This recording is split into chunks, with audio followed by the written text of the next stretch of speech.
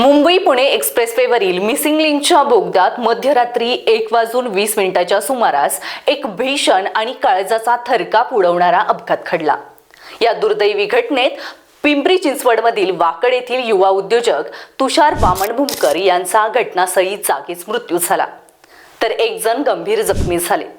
मध्यरात्री बोगद्यात नक्की काय घडलं, फॉर्च्युनर कारचा चक्काचूर कसा झाला, अपघाताची माहिती मिळताच महामार्ग पोलिसांनी कशा प्रकारे बचाव कार्य केलं आणि पोलिसांच्या प्राथमिक तपासात या अपघाताचं काय कारण समोर आलं, या अपघाताची A to Z संपूर्ण इनसाइड स्टोरी जाणून घेण्यासाठी हा व्हिडिओ शेवटपर्यंत नक्की पहा।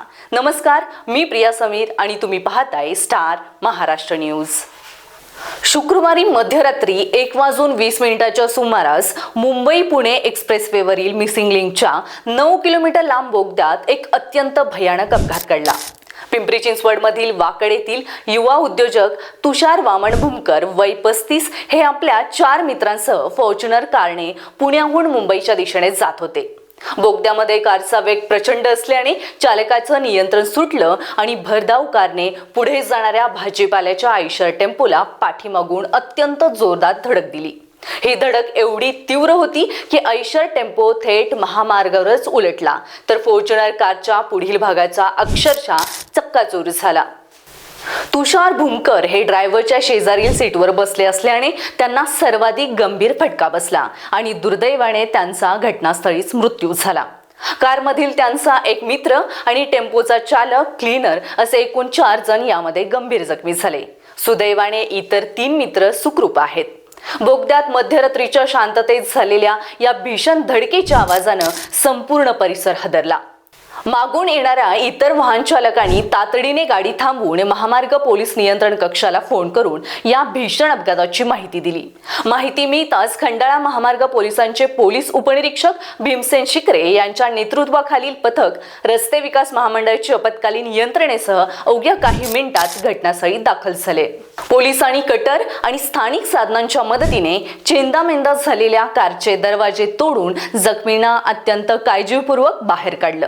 मृत तुषार भूमकर यांचा मृतदेह ताब्यात घेऊन इतर सर्व जखमींना तात्काळ रुग्णवाहिकेद्वारे जवळच्या रुग्णालयात उपचारासाठी हलवण्यात आलं, जेथे त्यांच्यावर उपचार सुरू आहेत। हायवेच्या मधोमध टेम्पो उलटल्यामुळे मुंबईकडे जाणारी वाहतूक पूर्णपणे ठप्प झाली होती। पोलिसांनी मोठ्या हायड्रॉलिक क्रेन मागवून दोन्ही अपघातग्रस्त वाहने बाजूला काढली, रस्ता साफ केला आणि वाहतूक पूर्ववत केली। या अपघाताचा पुढील तपास आता लोणावळा ग्रामीण पोलीस करत आहेत। एक उमदा उच्च शिक्षित 9 उद्योजक गमावल्यामुळे पिंपरी चिंचवड परिसरात मोठी शोकाकूळ पसरली आहे। पण हा अपघात आपल्या सर्वांसाठी एक अत्यंत मोठा आणि डोळे उघडणारा धडा आहे। एक्सप्रेसवेवर कितीही आधुनिक बोगदे आणि रस्ते तयार झाले तरी चालकांचा अतिवेग आणि निष्काळजीपणा थेट मृत्यूला आमंत्रण देतो। महामार्गावरून गाडी चालवताना विशेषतः रात्रीच्या वेळी वेगाच्या मर्यादेचं पालन करणं अत्यंत गरजेचं आहे, कारण घरात तुमची कोणीतरी वाट पाहत असतं। अतिवेगाचा हा थरार थांबवण्यासाठी वाहन चालकांनी स्वतःमध्ये काय बदल केले पाहिजेत? तुमचं मत कमेंटमध्ये नक्की सांगा आणि पाहत रहा स्टार महाराष्ट्र न्यूज।